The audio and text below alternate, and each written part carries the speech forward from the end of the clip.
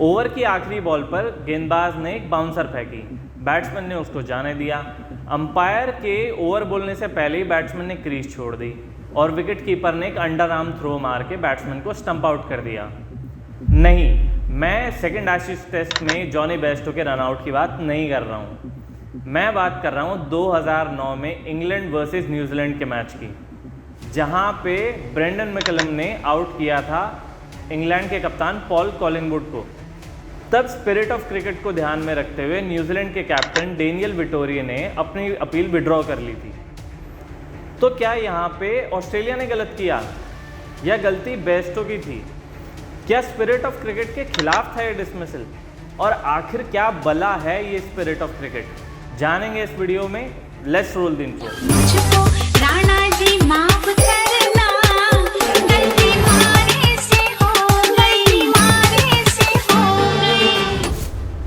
Crease से बाहर घूम रहे बैट्समैन को रन आउट करने पर बहस अक्सर बायस्ड ही होती है। जब स्पिरिट ऑफ क्रिकेट एक आइडियल लेकिन अनक्लियर कॉन्सेप्ट को लॉज ऑफ क्रिकेट से ज़्यादा महत्व दिया जाता है, तो आपको उस आइडिया के पीछे के कॉन्सेप्ट पे सवाल उठाना ही होगा। लॉर्ड्स में दूसरे एशेज टेस्ट में बेयरस्टो जिस तरीके से आउट हुए आप सभी जानते होंगे। इस फैसले से बेयरस्टो खुश नहीं थे, ना ही उनके कुछ साथी और ना ही स्टेडियम में मौजूद हज़ारों दर्शक। लेकिन कमाल की बात यह है कि इस बात से सभी सहमत थे कि बेयरस्टो आउट थे। इंग्लिश कैप्टन बेन स्टोक्स ने भी माना कि जॉनी बेयरस्टो आउट थे, और यही मानना था इंग्लिश कोच ब्रेंडन मैकलम का भी कि रूल्स के मुताबिक बेयरस्टो आउट थे। तो फिर समस्या कहाँ है? समस्या ये है कि उनका मानना ये था कि ये डिसमिसल स्पिरिट ऑफ क्रिकेट के खिलाफ था। स्पिरिट की बात तो थोड़ी देर में करेंगे ही, पहले ये देखते हैं कि रूल बुक इस बारे में क्या कहती है। एमसीसी की रूल बुक के रूल 20.1.2 के अनुसार बॉल को तब डेड माना जाएगा जब बॉलिंग एंड पे खड़े अंपायर को लगे कि फील्डिंग साइड और दोनों बैटर्स मान लें कि बॉल प्ले में नहीं है। तो इसके अनुसार तो ये साफ है कि बेयरस्टो आउट थे। एलेक्स कैरी ने बॉल कलेक्ट करते ही थ्रो कर दी थी। अब अगर बात की जाए स्पिरिट ऑफ क्रिकेट या खेल भावना की, तो ऑस्ट्रेलिया ये सोच सकती थी कि जॉनी बेयरस्टो कोई अनफेयर एडवांटेज नहीं ले रहे थे, वो रन के लिए नहीं जा रहे थे। ऑस्ट्रेलियन टीम सिर्फ एक वार्निंग देके अपनी अपील वापस ले सकती थी। लेकिन क्या ऑस्ट्रेलिया के लिए फेयर होता? सिर्फ 2 दिन पहले ही बेयरस्टो ने खुद लाबुशेन को इसी तरीके से स्टंप आउट करने की कोशिश की थी। अब वो खुद आउट हो गए तो खेल भावना याद आ गई।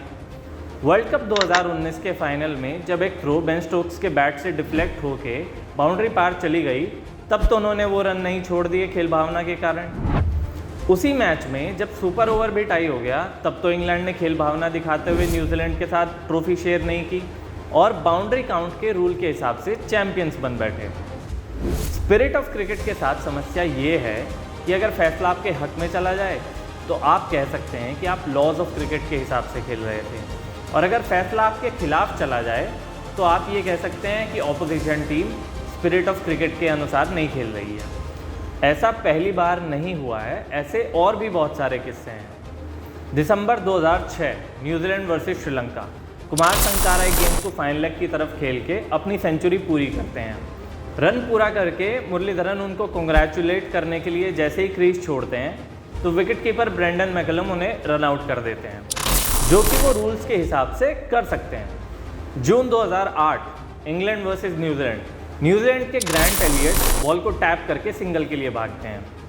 बॉल कलेक्ट करने के लिए आते हुए बॉलर से उनकी टक्कर हो जाती है और वो गिर जाते हैं।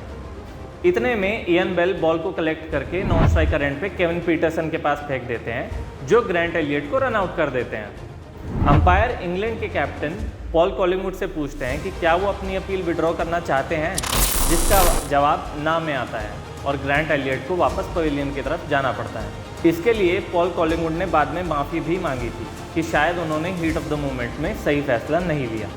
सितंबर 2009 England versus New Zealand champions trophy.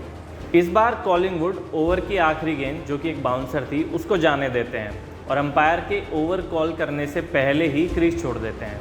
इतने में न्यूजीलैंड के विकेट कीपर, जो उस समय ब्रेंडन मैकलम थे, वो उन्हें स्टंप आउट कर देते हैं ये डिसमिसल भी बेस्टो के डिसमिसल से बहुत कुछ मिलता जुलता है, लेकिन यहाँ पे न्यूजीलैंड के कप्तान डेनियल विटोरी अपनी अपील विड्रॉ कर लेते हैं स्पिरिट ऑफ क्रिकेट को ध्यान में रखते हुए। जुलाई 2011 इंग्लैंड वर्सेस इंडिया के मुकाबले में इयन बेल को रन आउट दिए जाने के बाद MS धोनी ने अपनी अपील विड्रॉ कर ली थी, जिसके लिए उन्हें ICC spirit of cricket award of the decade भी दिया गया था। 2010 India versus Sri Lanka, Virender Sehwag 99 run बनाकर खेल रहे थे और इंडिया को जीतने के लिए 1 रन चाहिए था।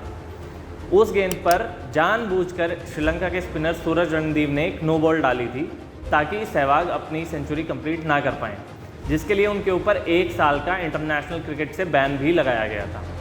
2013 एशेज के दौरान स्टुअर्ट ब्रॉड जब बैटिंग कर रहे थे तो उनका एक गेंद पर भारी किनारा लगा और वो कैच आउट हो गए, लेकिन अंपायर ने उन्हें नॉट आउट दे दिया।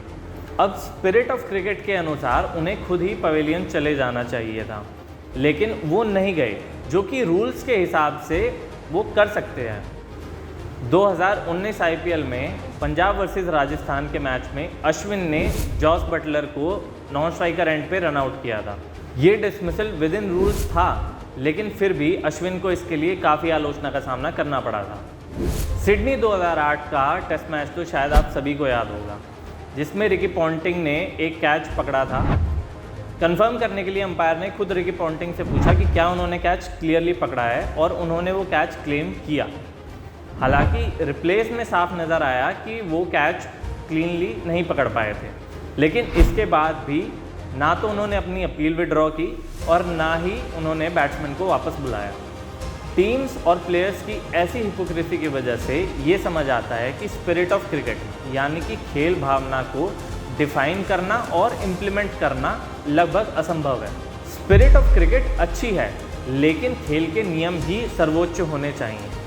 क्रिकेट में सही और गलत का मापदंड रूल्स इसलिए होने चाहिए क्योंकि वो सभी के लिए समान रूप से बनाए और लागू किए जा सकते हैं, ना कि खेल भावना, जो कि एक बड़ा ही अस्पष्ट सा टॉपिक है जिसको सभी टीम्स अपने हिसाब से तोड़ मरोड़ कर इस्तेमाल कर लेती हैं अपनी कन्वीनियंस के हिसाब से। ज़रूरत है कि चीज़ों को सिंपल रखा जाए और टीम्स रूल्स के हिसाब से क्रिकेट खेलें और स्पिरिट ऑफ क्रिकेट को अंपायर्स के जिम्मे छोड़ें। अच्छा, क्या आपको पता है कि विराट कोहली के जन्मदिन के दिन वर्ल्ड कप में हमारा मैच किस टीम से होने वाला है? अगर इसका जवाब और ऐसे ही इंटरेस्टिंग फैक्ट्स जानना चाहते हैं तो इस वीडियो पे क्लिक करें। मैं मिलता हूँ आपसे अगली वीडियो में, तब तक के लिए good bye, tata, see you.